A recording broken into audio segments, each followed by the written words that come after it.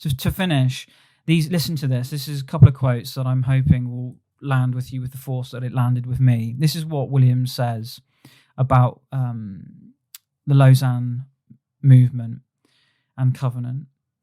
While it may be difficult for some believers to accept that an organization established by two of the most influential Christian leaders of our time is promoting a compromised socio-political gospel, I ask readers serious about contending for the faith to carefully and patiently examine the evidence presented in these pages.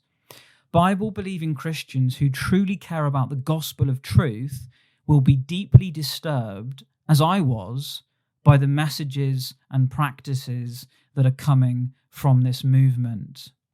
I read that out for good reason because I understand, I think as Williams does, that it is difficult for all of us, but some more than others, to accept that someone like Billy Graham and John Stott and the Lausanne stuff could be false.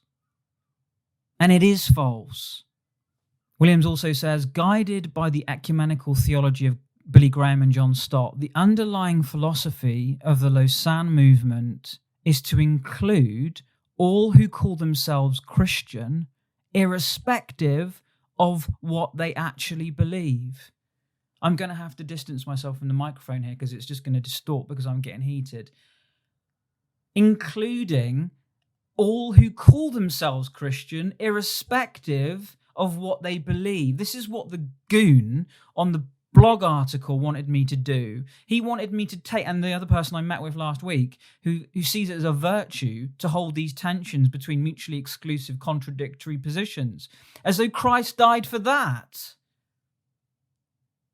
Guys, do we honestly think that Jesus died for our discipleship and our faithfulness in following him in a faith that basically just says, well, okay, I appreciate you think that, and in my heart I disagree that that's true or in keeping with eternal salvation, but for the sake of something else, which by virtue of what I'm saying, I'm now putting a higher priority and value to the said doctrine of truth, this is what they want you to do. They want you to park your faithfulness to Jesus and prioritize something that apparently is for him.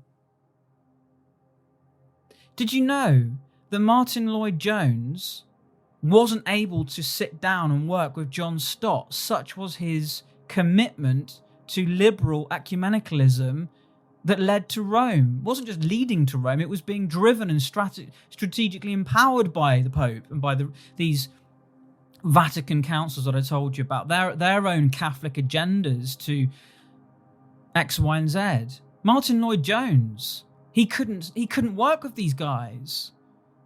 J.C. Ryle, if he'd been alive, he wouldn't have been able to work with these guys. And I'm telling you now, how can any of us who are serious about the return of Christ and the church being prepared and contending for the faith, as Jude wrote, how can any of us be part of this?